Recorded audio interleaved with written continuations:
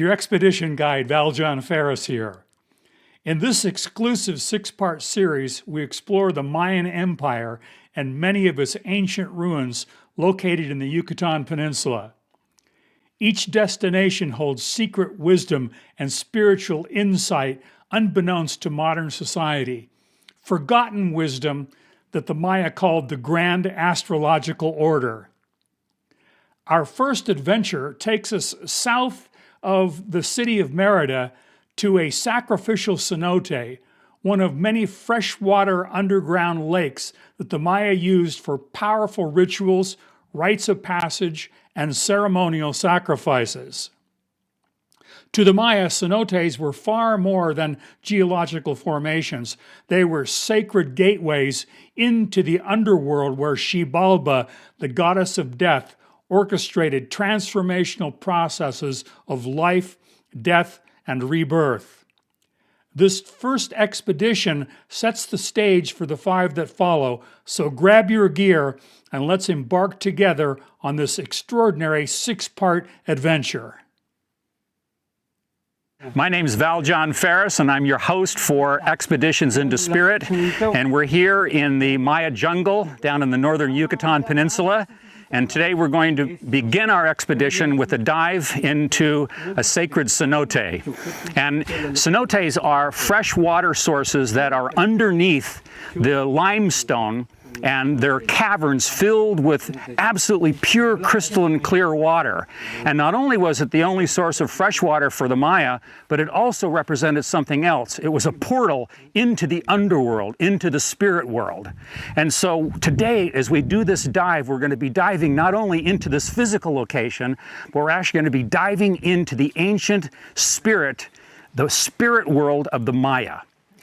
The cenotes are sacred passageways into 3 worlds, and the Maya philosophy was that the 3 worlds existed as a spiritual phenomenon that they took from philosophy all the way down into their everyday lives. The first world is the underworld, and it's the world of darkness. It's the world of the demons, of our fears, of the things that exist inside of us that we're unaware of, that shape and mold our everyday behaviors and attitudes. There's the middle world, which is our normal consciousness, our everyday lives, what we do, where we work, who we're with, the things that we engage in just on a daily basis. And then there's the upper world, which is the spirit world, the world of all creation and the source of divinity for the Maya people. And this upper world was known to have a central axis of the cosmos called Hunab-Ku. And that the access to Hunab-Ku, one of the main sources was through these cenotes going down into the deep underworld. And through the underworld, there was a spirit tree, an infinite tree called the Huachacan, which actually connected the underworld, the middle world, and the upper world, so that people who had the courage or the vision or the insight and the willingness to engage in these worlds could actually move down into the underworld, climb this tree into the upper world of spirit. And that was the mythology and the folklore around the cenotes. So this center axis of Hunab-Ku was the focus point for a lot of the temples in terms of doing the astronomical measurements of the sun and of the stars and of the planets.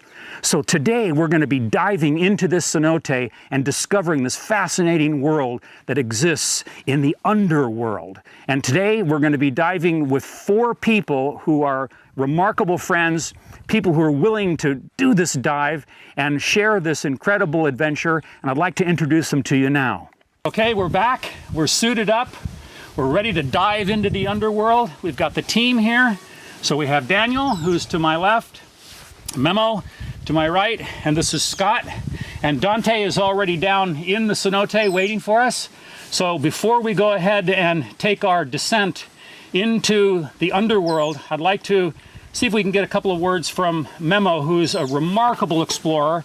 He's a professor at the University for Aquatics, and he's also recognized by National Geographic as a global explorer. And Memo has done remarkable research work in terms of understanding the cenotes here in the Yucatan, and what the relationship between those cenotes is and the ancient Maya civilization and people. And you can actually speak it much better than I can. So why don't you go ahead and share with us for a few minutes? Well, we are, as you well said, in the middle of the Yucatecan jungle. In one of the many cenotes that are around here, there is close to 3,000 just in the state of Yucatan, which is one of the 3 states of the peninsula. They are karstic formations. They are fantastic. They are molded by water. They are, of course, flooded, and they were very important for the ancient Maya in several ways. Here in the northern lands of Yucatan, there is no surface water at all. So the only water source actually were the cenotes. But they also have, that's a practical function, of course, and a very important one for survival. But they also represented the threshold for the spiritual world, the world where the gods lived, the spirit of the dead people go, and this is the entrance to what they call Xibalba or Metnal, which represented a boundary between the physical world and the spiritual world. So we're just about to enter a very sacred place, which mean a lot for the ancient Maya, and they knew that these places were sacred, and we're going to prove that now because it's so beautiful that you cannot think anything else but like a holy place. It's great. I can think of one other thing, and that might be the fear of death. So since you're the dive master, can you assure us that we'll be maybe diving into the beauty, but we won't be diving into death today? No, well, I better bring you back alive. So, otherwise, it will be the end of my career. Now, we're going to come back, and we're going to go in that world of contrast. Yes. On the world of death, of darkness. We have lights, of course, so we can guide ourselves through that world. But we are also taking all the measures to prevent any problem. You know already what we're going to be doing. So we want to interact with this fantastic world in a safe way. Let's do it. Let's do it. Sure.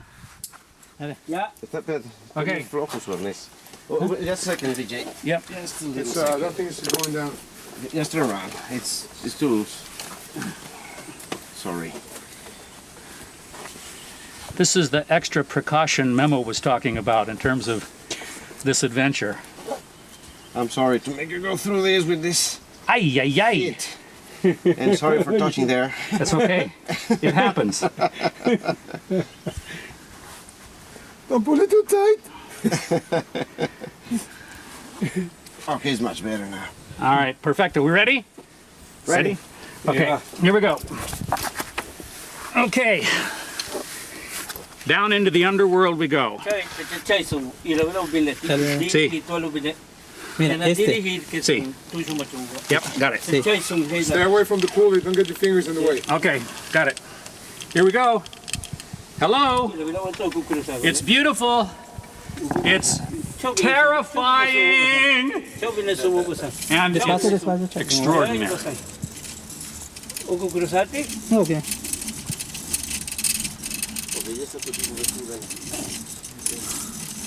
Te mando tus cosas si quieres. After a 70-foot rappel, we tread the surface of the cenote's black waters. The long roots of the tree far above reach down like the fingers of a demon, making their way into the belly of Xibalba, the god of death. We don our tanks, check our regulators, and prepare to make our descent into the dark Maya Underworld. As we descend, the only light available is from our underwater torches. What an eerie feeling sinking into this dark abyss, not knowing what lies below. The dive team stays close together so as not to get separated, as doing so would be a fatal mistake. Ever deeper we descend, shining our torches out in front of us, illuminating this incredible underworld. It feels like we're flying through space in an alien atmosphere, or deep under the oceans of a distant moon like Europa. What a deadly yet beautiful landscape this is, and beheld by the eyes of no more than a handful of human beings. In this moment, I have the feeling of navigating within the altar of God, the womb of spirit, the Maya access point of all creation, Hunab Ku. At about 80 feet under the cenote surface, we come upon massive limestone stalactites, teeth-like formations 20 to 30 feet tall, hanging silently in the darkness around us like a clan of petrified Maya ancestors, timeless sentries of the soul remaining for all eternity, guarding the sacredness of their underworld dominion. We fly through a labyrinth of passageways and under massive stone clefts and portals, our air bubbles clinging onto the cavern ceiling above, reminding us there is no margin for error, no chance to come up if something goes wrong. And just then I encounter difficulty with my buoyancy compensator. I begin sinking uncontrollably, my mask clutching ever tightly to my face due to the extreme pressure of being at a depth of 100 feet or more. Immediately, Memo moves in close, helps me to remain calm and fine-tunes my buoyancy, and we continue with our explorations. I learned later my BC had filled with water halfway during the dive. Like the pillars of creation, huge limestone towers rise up from the floor of the cenote, massive testaments to the eons of development moving deep within the core of the earth. As we illuminate each one, the amazement level, along with my humility level, increases. This pillar existed eons before my birth and will exist long after I'm gone. It's humbling to remember my small place within the cosmos, something the Maya embraced in their everyday lives, something we can all do if we set aside our preoccupation with our self-importance. Then at our maximum depth of about 100 feet, we come upon an incredible sight. The ruins of ancient structures, human bones, and pottery crafted over 1,000 years ago. As we move in closer, we see an abundance of extraordinary artifacts, including ceramic bowls and totally intact vases laying on their sides, complete with Maya inscriptions etched around their bases. Memo then directs the team to a human skull laying on its left side in the sediment. He asks that we not record it because of archaeological and cultural respect, but suffice to say it was very real and very ominous, clearly pointing to the Maya rituals of human sacrifice. I learned from talking with Memo later that at one time in the Yucatan's past, many of its cenotes were dry due to drought, and it was common for the Maya to use them as natural temples, sacred refuges, places for ceremonies and sacrifices, and even for community gatherings. I knew about the above-ground ruins, but had no idea that there was indeed an underworld counterpart to them. According to Memo, there are entire structures, and even possibly pyramids and temples submerged and hidden from humanity in the Cenote underworld. The work Memo and his teams are doing with National Geographic to document the artifacts in cenotes like these is crucial towards understanding the ways of the Maya civilization, as well as forwarding archaeological research here in the Yucatán Peninsula. What an honor to be diving with him and to have the opportunity to witness his extraordinary work firsthand. Next, we scan a deep alcove-like tunnel that extends into the distance, most likely a linkage to other cenotes. Many of the underground lakes in the Yucatan are connected together through a network of tunnels and caverns such as these. While Xibalba calls to us to enter her mysterious passageway, we must resist her temptation as our air supply is running out and we need to make a safe ascent to the surface. As we make our way back through the underground labyrinth, we're in awe of the millions of years of limestone formations covering the cenote's vertical walls. And then, just before we head for the surface, we spot yet another casualty of Xibalba. One final sacrificial artifact comes into view. On a small limestone ledge, we spot an ancient jawbone of a deer complete with teeth. Bones are well preserved here because of the fresh water and undisturbed darkness. It was common practice for the Maya to gather around the opening of the cenote plunge a knife deep into the heart of both animals and human beings and cast them into the dark pools of the underworld. There is no doubt that was the fate of this unfortunate deer. Back out through the narrow tunnels we fly, taking in the ominously beautiful landscape all around us. Slowly we ascend from the cenotes' inspiring underworld to the world of the living, the middle world. 60 feet, 50 feet, 40 feet, 30 feet. We can see the surface above, the division between what Memo called the world of the dead and the world of the living. Today the dive team rejoins the world of the living, and we're in deep gratitude for the privilege of exploring this remarkable underworld sanctuary. The final task for our dive team is to be hoisted up and out of the cenote by our dedicated Mayan helpers. As the rope pulls on my harness and I slowly turn around in midair, and the bright light of the middle world streams upon my face, I'm in deep gratitude for this experience and inspired to continue with our expedition into spirit, and particularly to possibly discover some of the lost secrets and lessons of what the Maya called the grand astrological order, a vast expanse of wisdom spanning their three realms of existence, the underworld, the middle world, and the upper world. What an extraordinary way to begin our expedition. Okay, so that wraps up our cenote dive. That was one of the most remarkable experiences of my life. We survived, and I'm just breathless in terms of what I saw. There was a skull down there, there were ancient bones, there were pieces of what looked like ruins. Truly remarkable sight. So that really sets the tone for the rest of our expedition into spirit here in the northern Yucatán Peninsula, exploring the sacred world of the Maya.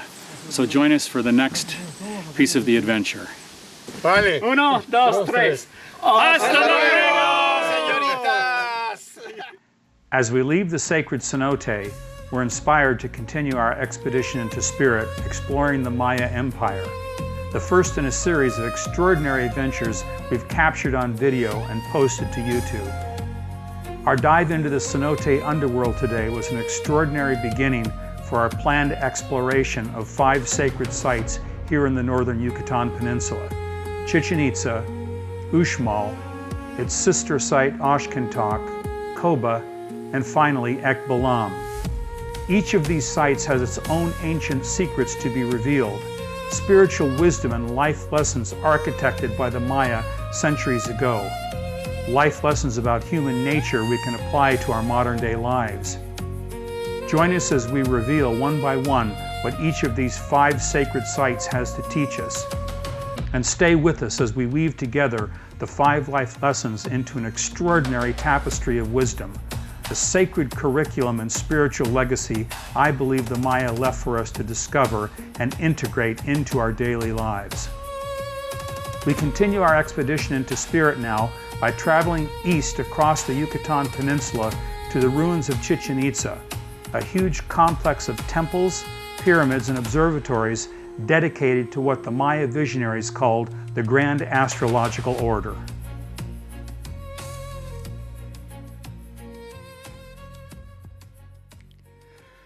Okay, well, that was death-defying, wasn't it? Sacred cenotes.